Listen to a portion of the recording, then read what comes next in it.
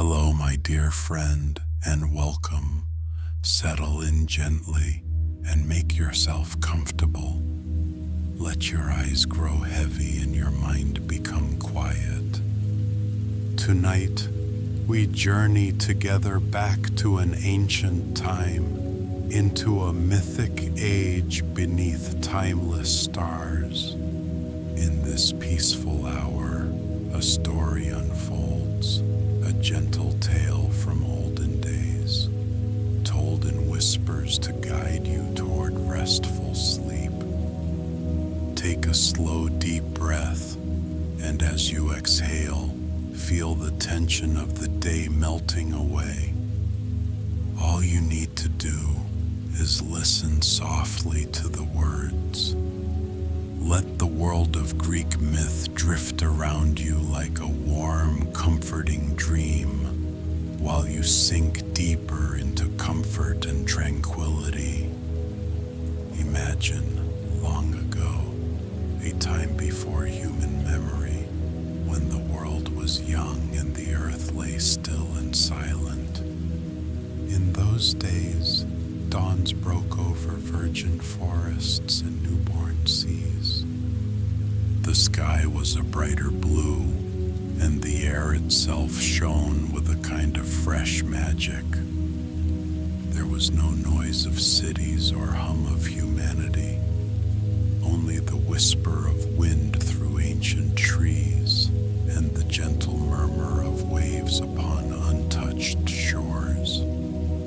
The sky above was vast and starry, and the gods themselves walked the lands and dwelled among the mountain tops. In those earliest days, there were powerful beings called Titans, giants of an older order, as ancient as the earth, endowed with great strength and knowledge. One of these Titans was named Prometheus. His name meant forethought, for he was wise and thoughtful, always looking ahead. Prometheus was different from many of his titanic kin. He was gentle at heart, with a kindly curiosity and a love for the mortals who one day would roam the earth.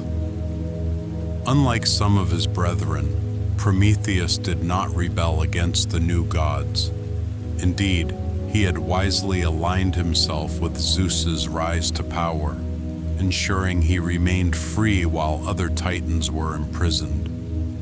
He walked the earth freely under Zeus's rule, often marveling at the world's untapped potential. He could see what the future might hold, and in his deep wisdom, he cared greatly for the tender spark of life that was just beginning to flicker in the mortal world. Prometheus had a brother named Epimetheus, whose name meant afterthought. Epimetheus was well-meaning but impulsive, often acting before he considered the consequences. Where Prometheus was prudent and far-sighted, Epimetheus was enthusiastic and unfocused. Yet the two brothers shared a sacred task in the dawn of the world. It was said that Zeus, the new king of the gods, once commanded Prometheus and Epimetheus to populate the earth with living creatures of all kinds. The brothers set about their work, sculpting all manner of beings out of soft clay and shaping them with loving care. With divine help, these clay creations were given the breath of life and animated into living creatures. Day by day, they shaped creatures of every kind and form, great and small, furred and feathered, scaled and smooth. Epimetheus eagerly took up the task of distributing gifts and abilities to all the animals. To each species, he gave something special to help it survive, He gave the deer its swiftness and slender legs, and the lion he endowed with fearsome strength and a roar that echoed across the savannah. To some, he bestowed thick fur or warm wool to endure winter's chill, like the bear in its shaggy coat and the sheep in its fleece. To others he granted mighty horns or sharp claws for defense, arming the bull with horns and the eagle with curved talons. The hare received speed to dart through the meadows, the nightingale a melodious song to charm the dusk, and the fish fins to navigate the waters. One by one, Epimetheus handed out every talent: cunning and strength, swiftness and flight, hide and claw, tooth and tail, bright feather and smooth scale, until at last countless animals, from the tiniest field mouse to the proudest lion, were each adorned with their own natural gifts. It was a joyous time of creation, but Epimetheus in his enthusiasm was forgetful. When at last he had given out all the attributes he could muster, he realized that one creature had been left with no gift at all. This final creature was man, the mortal humans, whom Prometheus himself had carefully formed from the clay of the earth.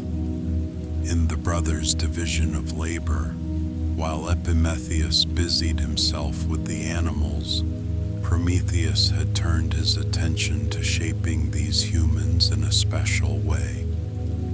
With gentle hands, Prometheus had molded men and women out of earth and water, crafting them in the image of the gods themselves.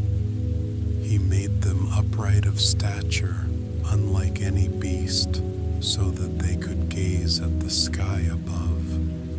Where all other animals looked downward toward the ground, Prometheus fashioned humankind to stand tall and lift their eyes to the heavens, to admire the twinkling stars and the infinite beauty of the cosmos.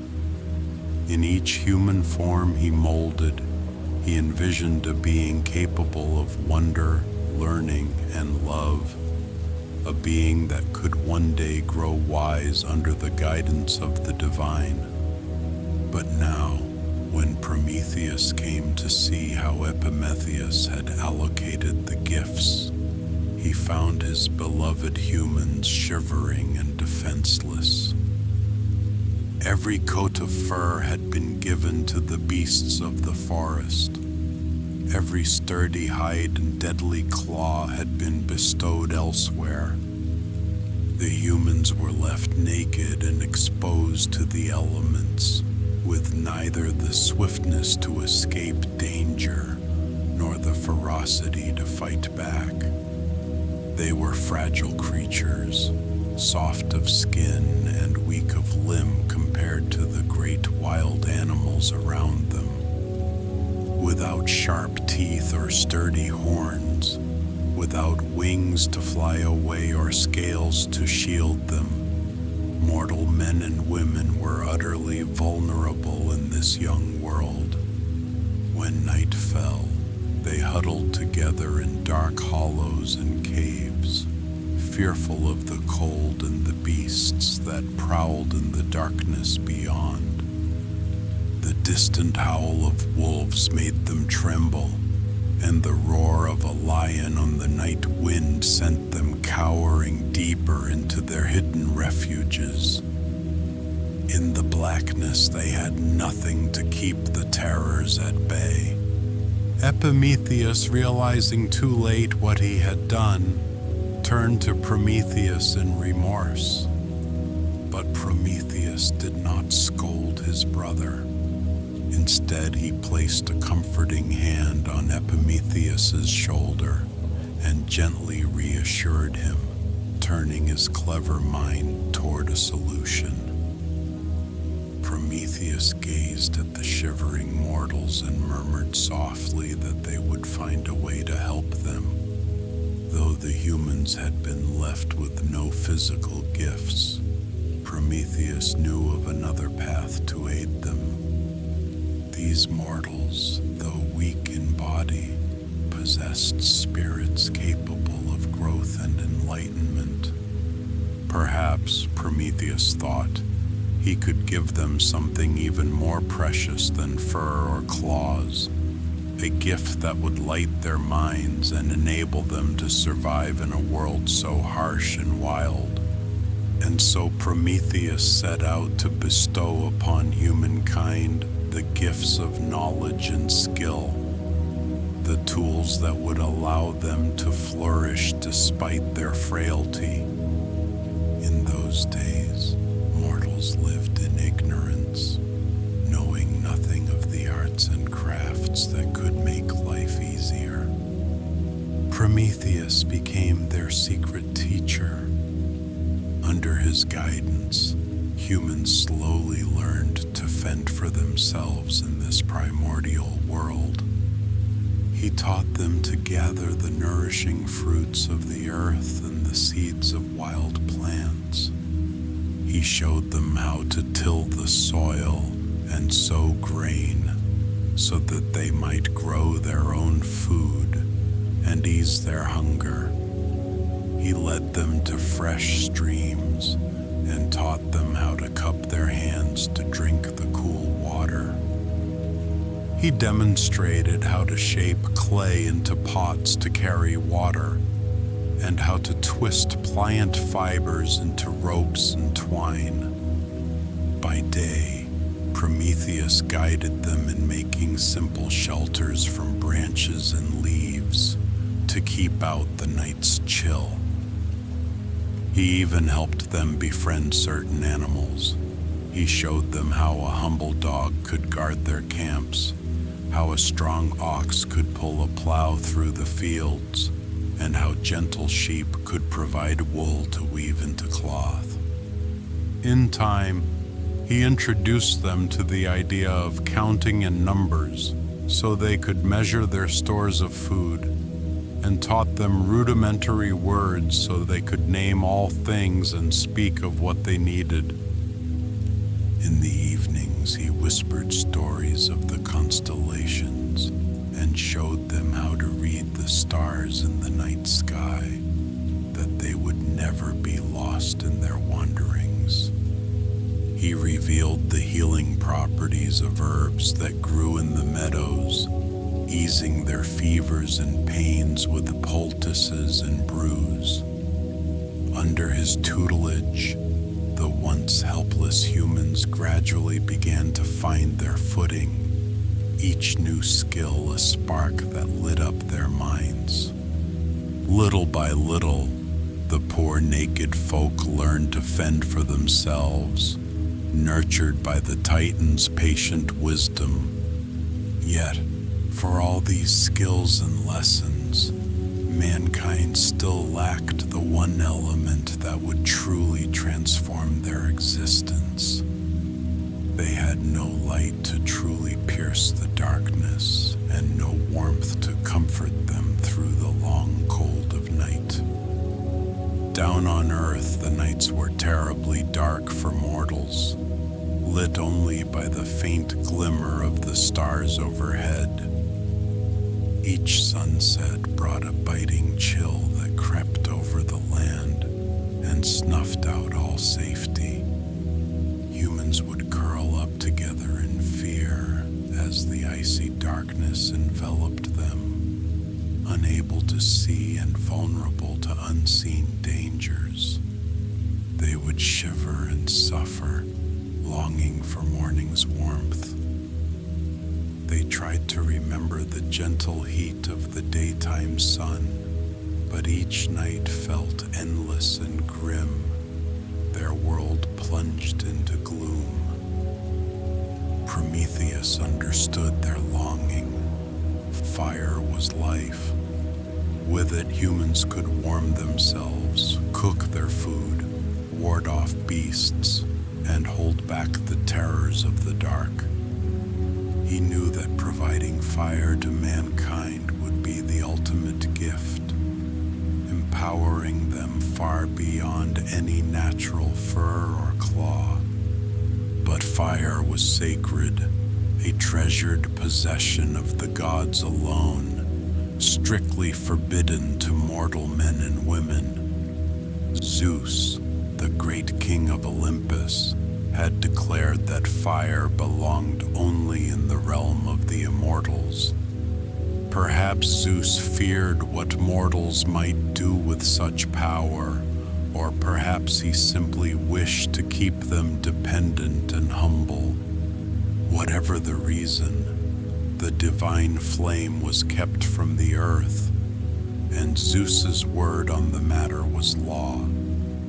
None of the gods dared to defy Zeus's command that no fire be given to the human race. None, that is, except Prometheus, the titan of forethought, ever the friend to mankind, hatched a daring plan in his heart.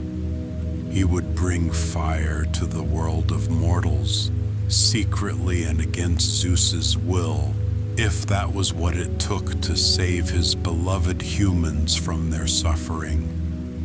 It was a bold and dangerous resolve, for to go against the will of Zeus was to invite his wrath.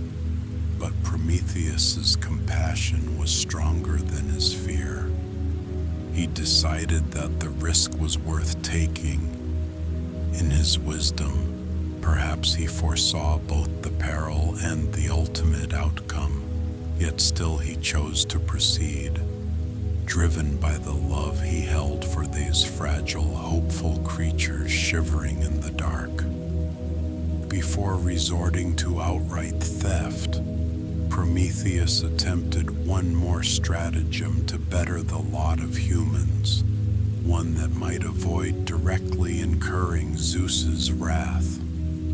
An opportunity arose during a great gathering at a place called Mycone, where gods and mortal men came together to settle how sacrifices would be offered between them. It was a feast day, with a great ox prepared for slaughter as an offering, and Prometheus saw a chance to help mankind through cunning.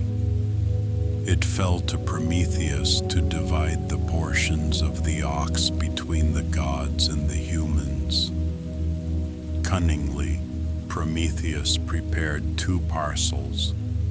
In one heap, he placed the finest cuts of succulent meat from the ox, savory and rich, but he hid them deep inside the animal's unappealing stomach and hide. In the other heap, he piled up the ox's white bones, but covered them completely with a glistening layer of fat to make this pile appear delectable.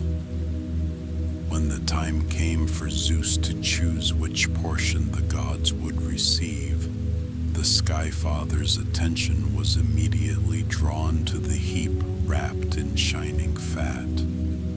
Not suspecting the trick, Zeus chose that pile for the gods, leaving the nourishing meat concealed in the stomach for humans to claim. Thus, through this clever ruse, Prometheus ensured that people would henceforth get to eat the best parts of the animals they sacrificed, while only the bones and their fat would be burned for the gods. Mortals would grow stronger on hearty meals, roasting the rich meat over their hearth fires, and the gods would receive the smoke and scraps.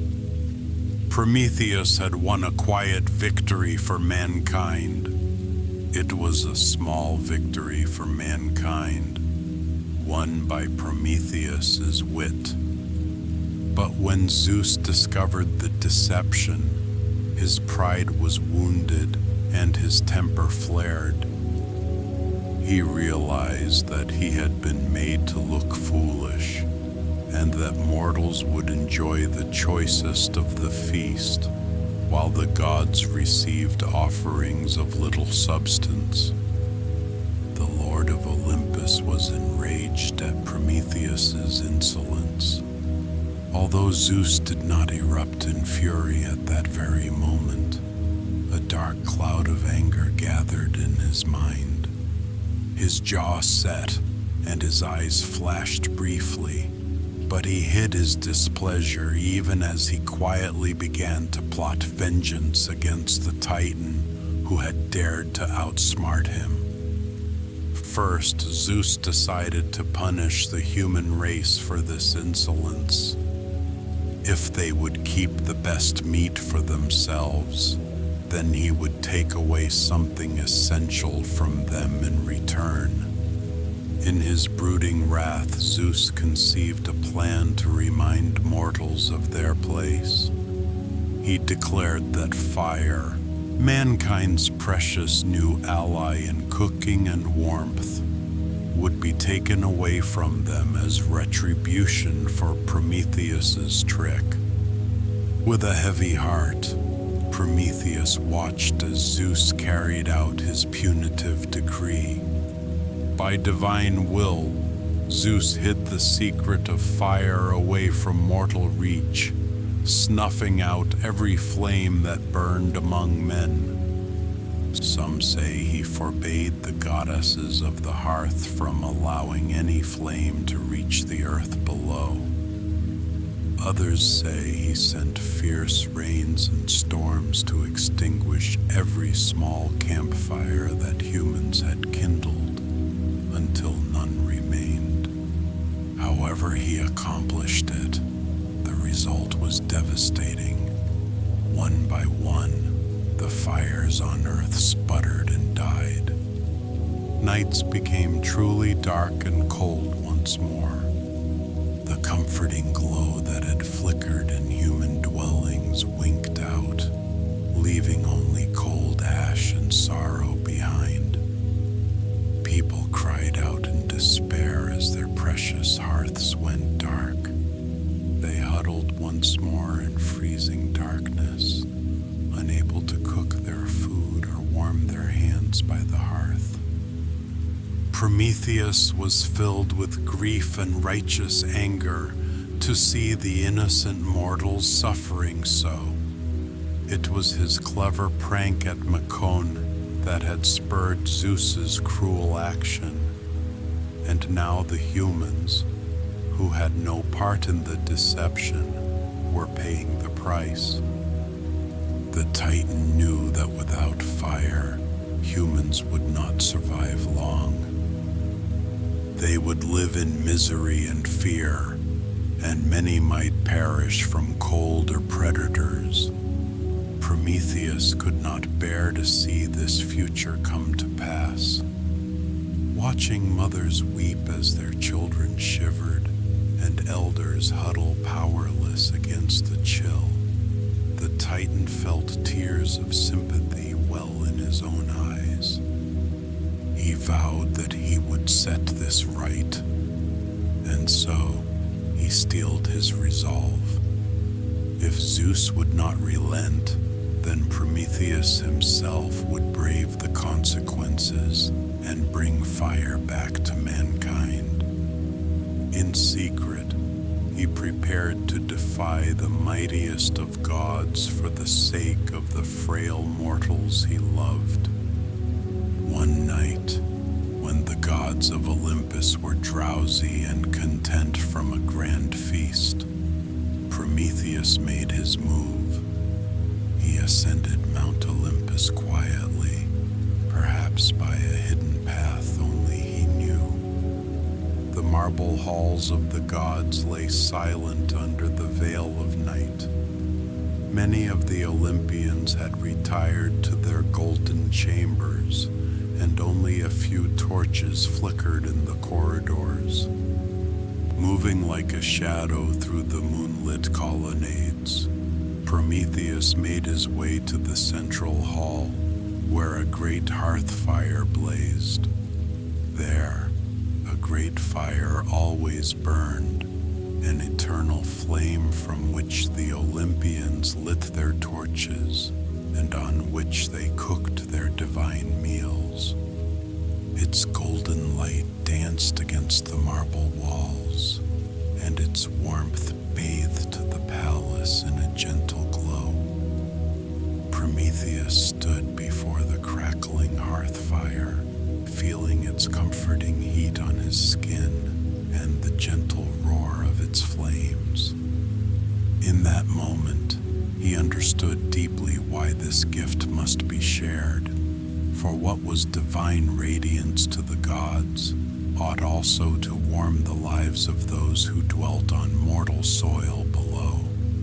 Working quickly and silently, Prometheus took a stalk of giant fennel, hollowed out like a tube. In those days, fennel stalks were often used to carry embers, for they could hold a small coal smoldering inside without being burned up. Prometheus reached into the sacred hearth and drew out a small, precious spark of fire. The flame eagerly caught in the dry pith of the fennel stalk, nesting there as a glowing ember.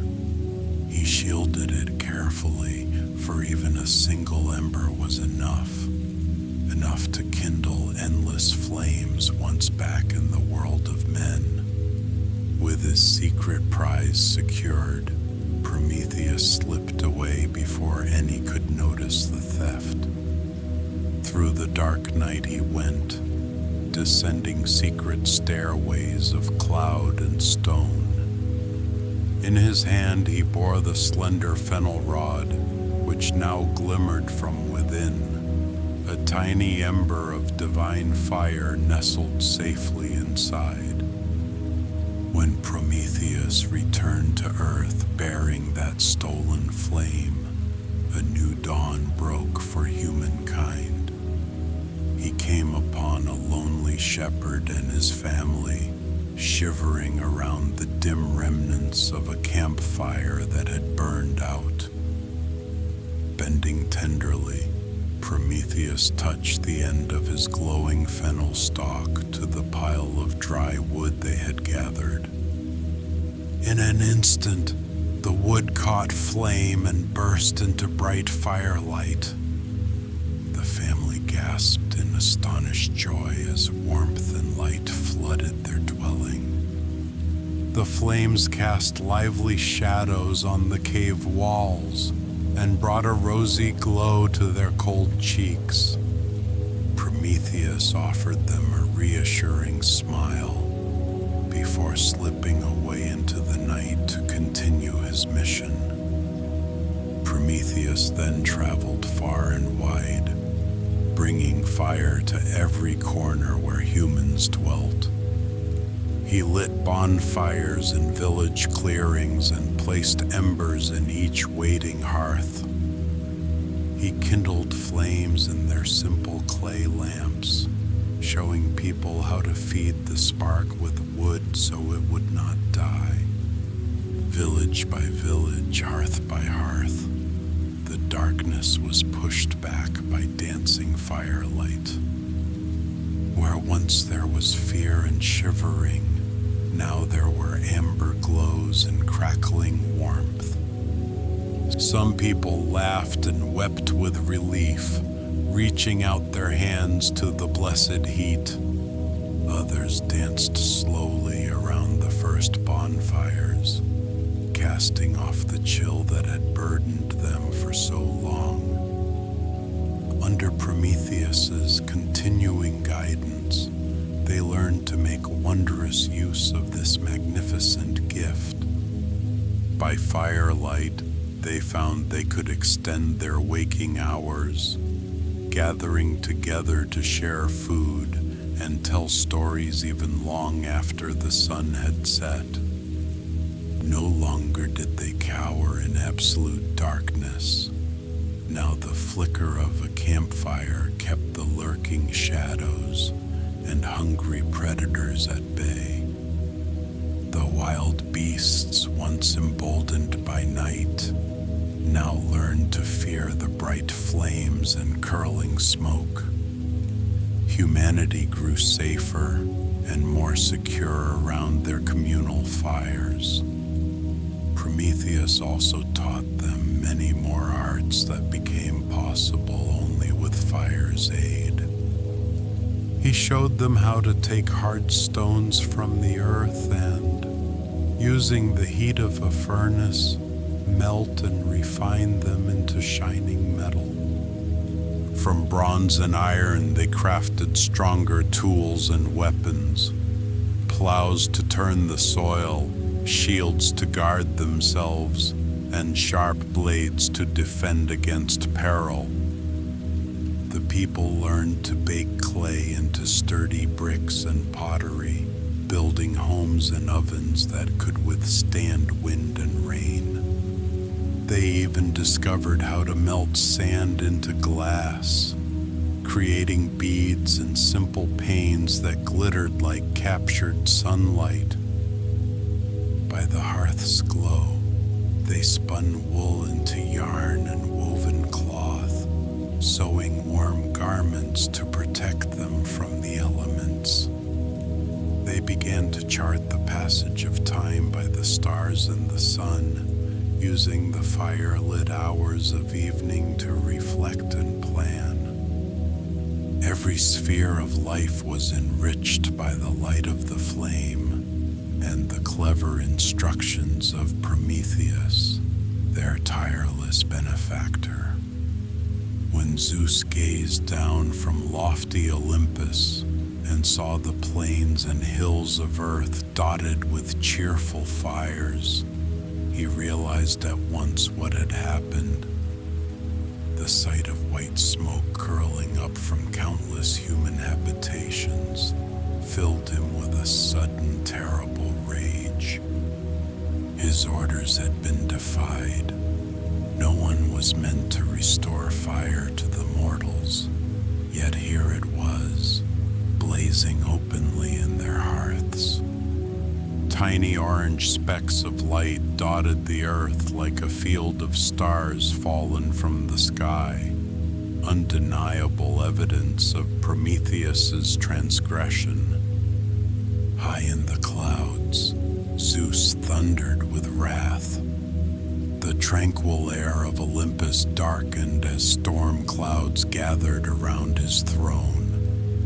The very palace shook with the force of his anger, and the gods in attendance drew back in alarm. He swore a bitter oath that Prometheus would suffer for this brazen theft, a punishment so severe it would serve as an eternal lesson to any who might dare to cross Zeus's will.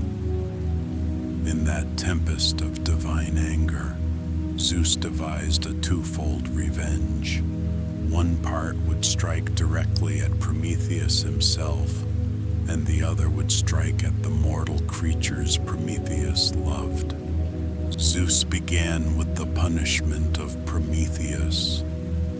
The mighty ruler called upon his son Hephaestus, the god of fire and forge, who had crafted so many wondrous things for the gods. Hephaestus was a gentle and creative god by nature, known for his skill rather than cruelty. Yet he could not refuse Zeus's command. "Hephaestus," Zeus intoned, "go now and make unbreakable chains. Prepare them for the one who has defied me." Hephaestus knew at once what this order meant, and his heart grew heavy, for he bore no malice toward Prometheus, who had been his friend. But he could not disobey the command of Zeus. With a reluctant sigh, the god of the forge went to his workshop and began to hammer out chains of adamantine steel, each link heavy and unyielding. Sparks flew, and the anvil rang as Hephaestus worked, his craftsmanship flawless even in sorrow. When the gleaming chains were ready, Zeus summoned two powerful spirits named Kratos and Bia, embodiments of strength and force, to seize Prometheus and carry out the harsh sentence. Prometheus was brought to a far distant place at the very edge of the world. The windswept reaches of the Caucasus Mountains were chosen as the site of his eternal prison, an isolated craggy peak at the border of the earth and sky. There, on a towering mountainside far from any sign of civilization, Hephaestus himself, his kind eyes full of sorrow, took the unbreakable chains he had forged and bound Prometheus to the granite crag. They fixed the Titan in place, driving steel shackles into the unyielding rock and binding his arms and legs so that he could not escape. Prometheus, though immensely strong, did not fight back. Perhaps he understood that Zeus's will could not be resisted at this moment. Or perhaps he chose to accept this fate for the greater good he had accomplished.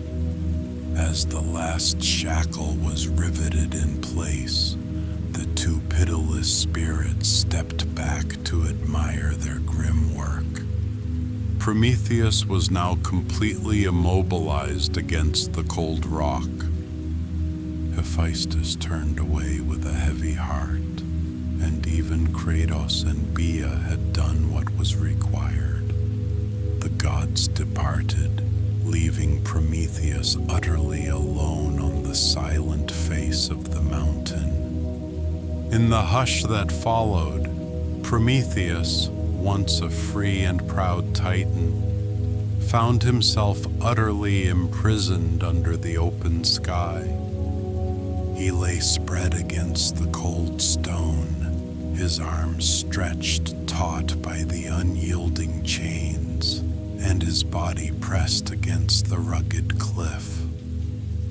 The only sounds were the keening of the high mountain winds and the distant cry of birds echoing in the abyss below. Day turned slowly to dusk, and the first stars opened their eyes in the heavens above. Despite the pain and sorrow that weighed upon him, Prometheus managed to lift his gaze to the sky and find the familiar stars emerging one by one. Those were the same constellations he had taught humankind to read, the same gentle lights that guided lost travelers at night. Now they seemed to gaze back at him with distant sympathy as darkness deepened over the lonely peaks. But Zeus's punishment was not to be limited to imprisonment.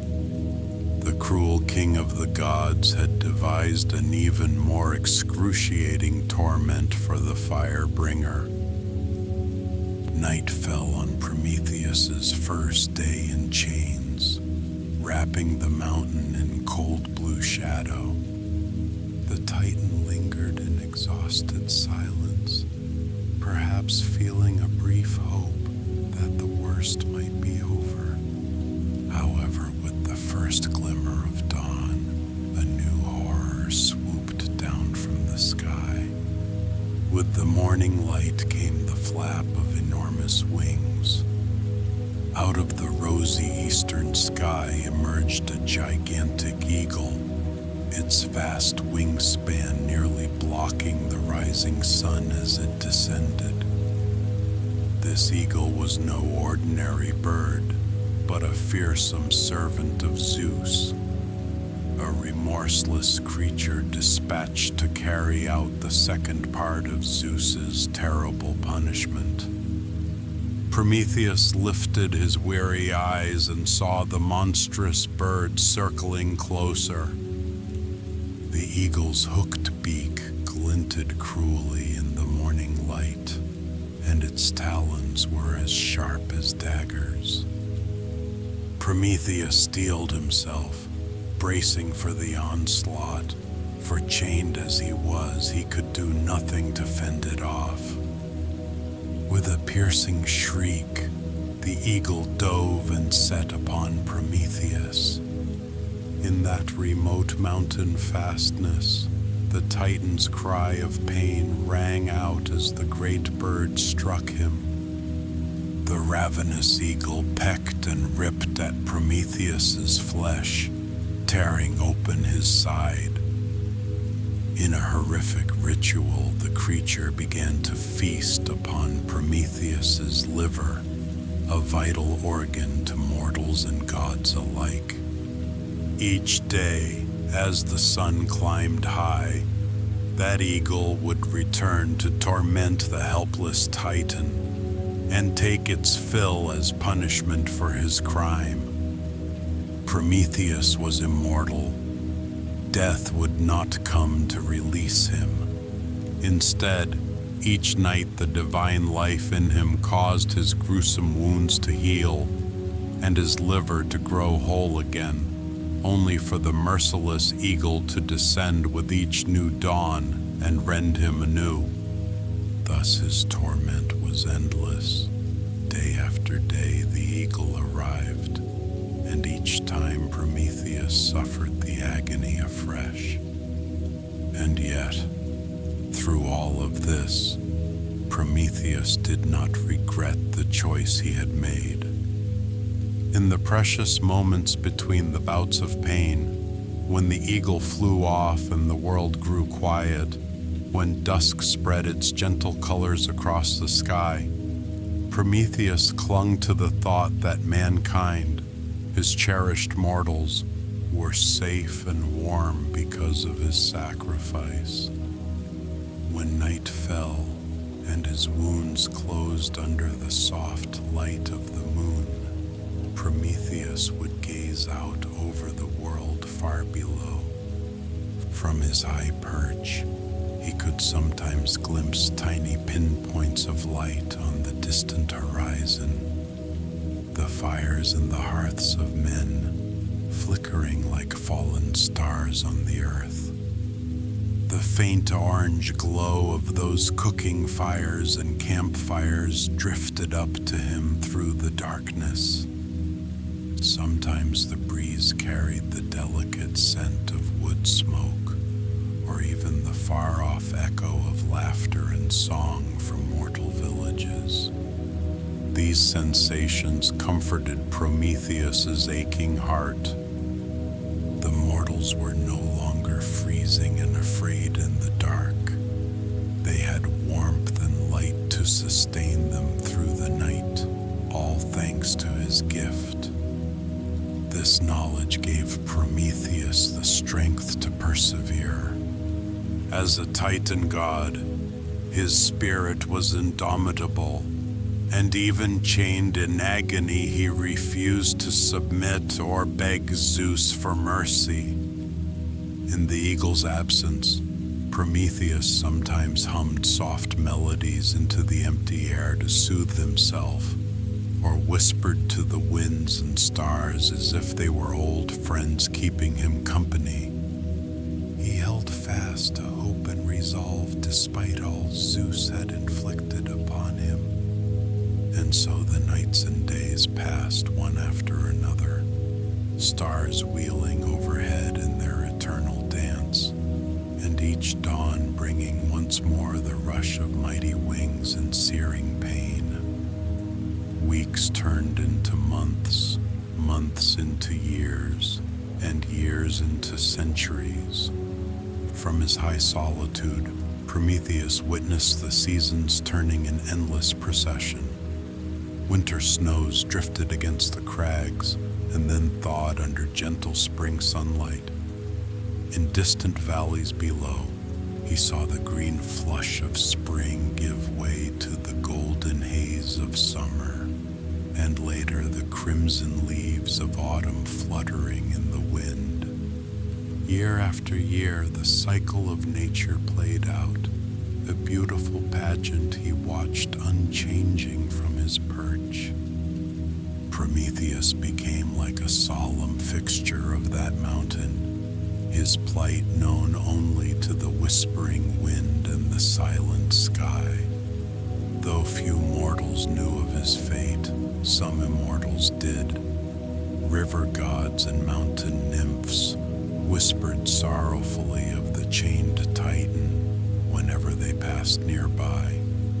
Even Zeus, high on his throne, gave little thought to Prometheus as the ages rolled by, satisfied that his punishment was being carried out without end. Yet fate had decreed that Prometheus's doom would one day be lifted. The gods, being immortal, play out their stories over long ages, and even Zeus's wrath, though long-lasting, was not truly eternal. Far away in the mortal world, a great hero was fated to rise, one who would break Prometheus's chains at last.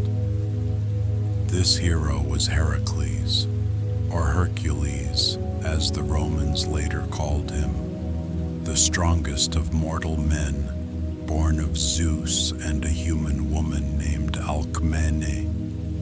Heracles was renowned for his mighty labors and adventures, journeying to the ends of the earth to perform feats of courage and strength. It had been foretold that a son of Zeus would achieve many great deeds, and unbeknownst to Prometheus, one of those deeds would be his salvation. After many adventures, the day arrived when Heracles was journeying through the distant regions of the Caucasus in search of the golden apples of the Hesperides as one of his 12 great labors. His path was long and arduous, taking him to the very edges of the known world. As Heracles traversed those remote highlands, he noticed something unusual high above on a rugged cliffside. A figure, deathly still, chained against the rock. At first he thought it might be some weathered statue, or perhaps a great bird perched upon a ledge. But as he moved closer and shielded his eyes against the sun, he realized it was indeed a living being in chains. With his keen archer's eyesight, Heracles could make out the gaunt form of Prometheus and the cruel bonds that held the Titan fast. Heracles had heard tales of Prometheus, the Titan who befriended mankind, now cruelly punished for his charity. Moved by pity and a strong sense of justice, the hero resolved that he could not simply walk away. Though this task was not part of his assigned labors, Heracles felt in his mighty heart that freeing Prometheus would be a noble deed. He was a towering figure himself, clad in a lion's skin cloak and carrying his great bow and wooden club. For all his strength, he was tender-hearted where injustice was concerned. Without hesitation, Heracles began climbing up the cliffside toward Prometheus. The ascent was steep and treacherous, but to the son of Zeus it was manageable, and soon he drew near to the site of the Titan's torment. At that very moment, the monstrous eagle returned, wheeling in the sky and preparing to swoop down for its daily attack. Heracles quickly understood what must be done. He unslung his bow, an enormous bow that never missed its mark, and set an arrow to the string. The arrow's tip had been dipped in the deadly venom of the Hydra from a previous labor, making it especially lethal. Heracles knelt on a rocky ledge, steadying his breath as he took aim. He waited until the eagle began its swift descent toward Prometheus's exposed form. Then, with a sharp twang, he released the arrow. It whistled through the air, straight and true. The missile struck the eagle mid-dive, piercing it through the breast. With a final screech, the great bird faltered, its wings collapsing, and it plummeted down, tumbling into the mists below the mountain. The eagle vanished from sight, never to torment Prometheus again. Prometheus, weak from millennia of agony, opened his eyes in surprise when he realized the eagle's brutal assault did not come. Instead, he beheld a mighty figure standing on a nearby ledge, bow in hand, the eagle's body gone. The Titan's eyes, filled with ancient wisdom and unshed tears, met the hero's clear, courageous gaze. In that silent exchange, Prometheus understood that deliverance had finally come. Heracles climbed up to the narrow ledge where Prometheus was bound. He was appalled at the sight of the cruel chains biting into the Titan's limbs. Wasting no time, the hero grasped one of the thick iron links that secured Prometheus to the rock. Bracing himself, Heracles pulled with all his divine strength. His muscles bulged and sweat glistened on his brow as he strained against Hephaestus's unbreakable handiwork. For a moment the chains held firm, groaning under the pressure. Then with an almighty crack, one of the adamantine links snapped apart. Encouraged, Heracles seized another and gave a mighty tug. One by one, the shackles gave way, snapping and clattering to the ground in pieces. At last, the final fetter broke, and the great Titan Prometheus was free. In that moment, a gentle sigh seemed to pass through the world. Prometheus slumped forward, taking his first unbound breath in ages.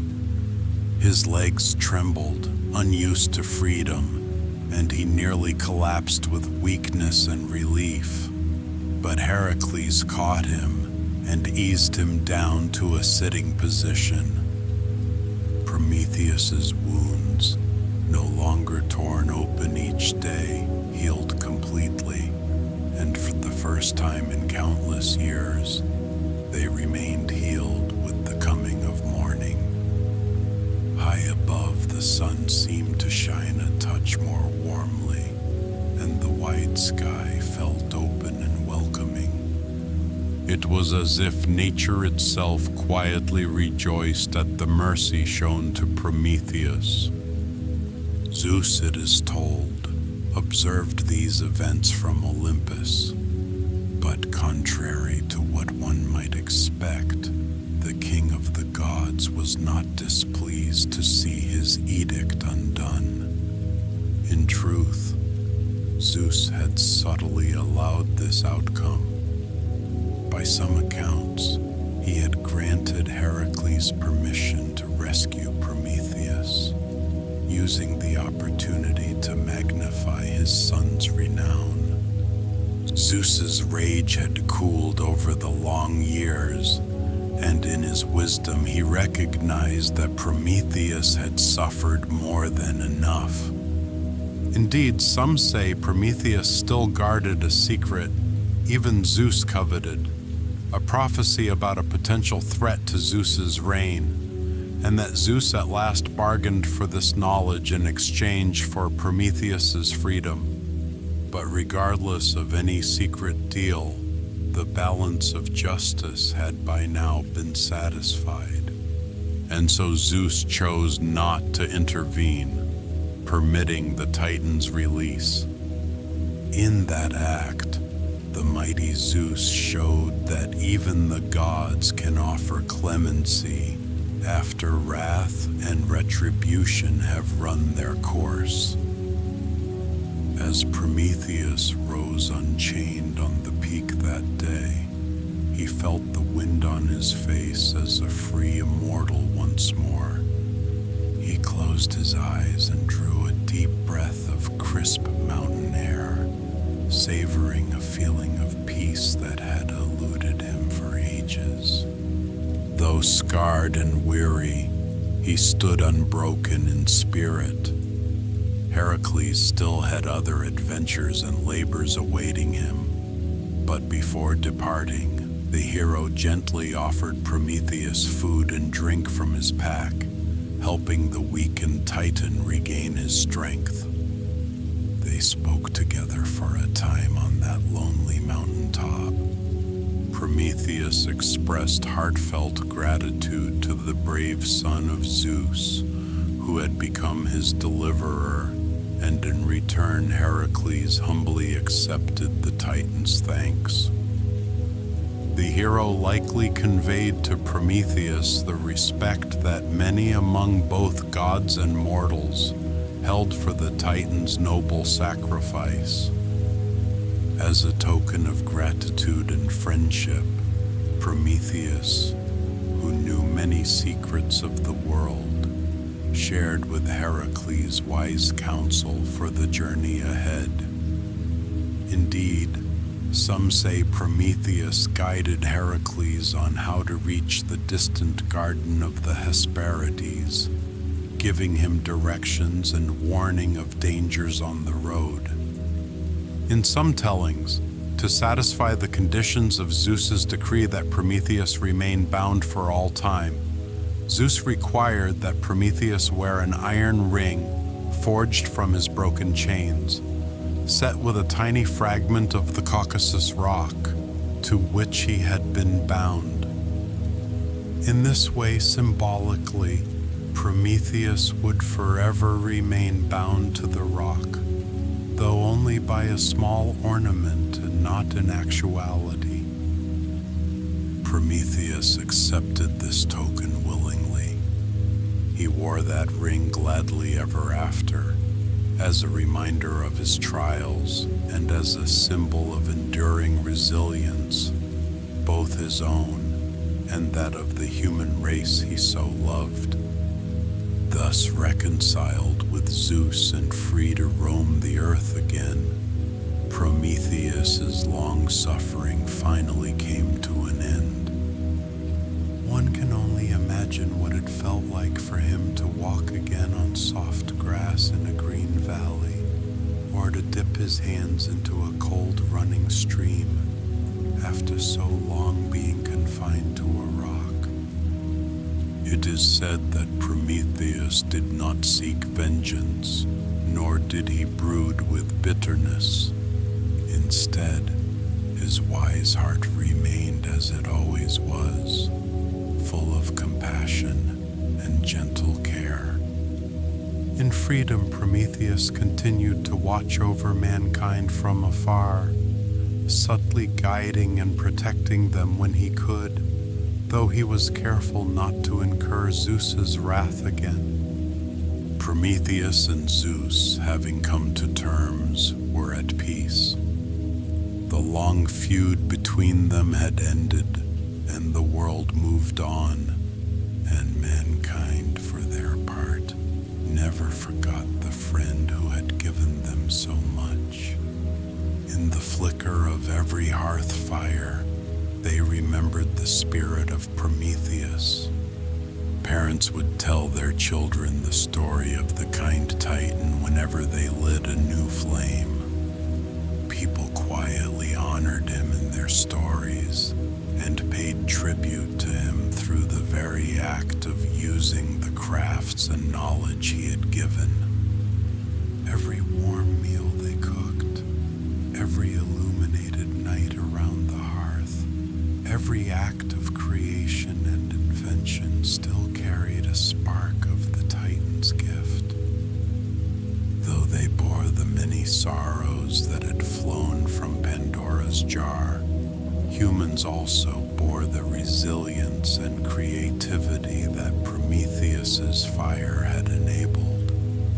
They learned to live with the new duality of their existence, accepting both pain and pleasure, hardship and happiness, and to find meaning, hope, and growth through it all.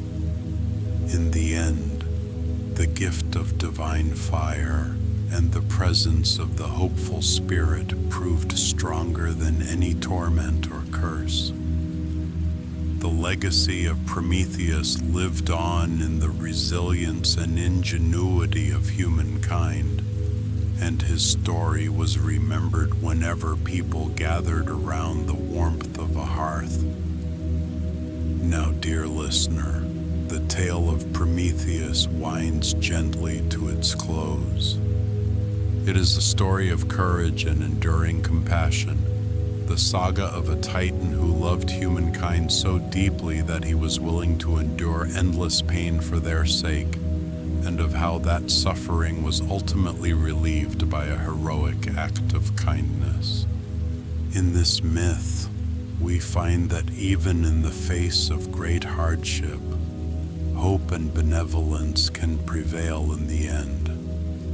Prometheus's fire, once stolen from the gods, continues to glow in every hearth, every candle and lamp, a testament that light can be won and shared even in the deepest darkness, and the hope that stayed behind in Pandora's jar continues to live in human hearts, allowing us to persevere through every trial. As you drift now into gentle sleep, feel the warmth of Prometheus's gift surrounding you, like an invisible blanket of comfort. Imagine a small, steady flame dancing in the hearth of your dreams, its soft glow keeping all nightmares at bay. Feel its gentle warmth on your face, soothing and serene. In that warm light, you are safe and at peace, just as the early humans were safe from the cold and dark because of the care of a kind guardian long ago. Nothing can trouble you here. Let your mind rest easy in the knowledge that compassion and bravery are as old as time, and that you too carry the spark of that divine fire within you. With each soft breath, allow your body to relax a little more, as if warmed and soothed by that ancient flame. In this quiet moment, under the same stars that shone on Prometheus during his long vigil, you too can release your burdens and worries. Take another slow, deep breath and feel the night's calm embrace wrapping around you. Outside, the world is hushed and gentle. Perhaps you can imagine the faint chorus of crickets or the soft sigh of a breeze through the trees, the small sounds of night lulling the world to sleep. Above, the moon and the stars keep their gentle watch over you, just as they once watched over Prometheus in his solitude. Let any remaining tension slip away.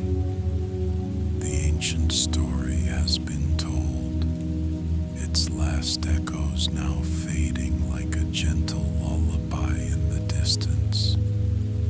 Now it is time for you to let go and sleep.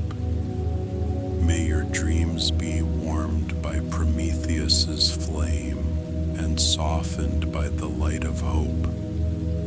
As you rest, may you find deep renewal and serenity in the gentle darkness of night. Sleep well, dear one, and drift into a peaceful slumber. The tale now stands guard over your rest, and the fire of comfort will burn gently until morning, its light and the light of hope watching over you through the night. Good night, sweet dreams. Rest now under the gentle watch of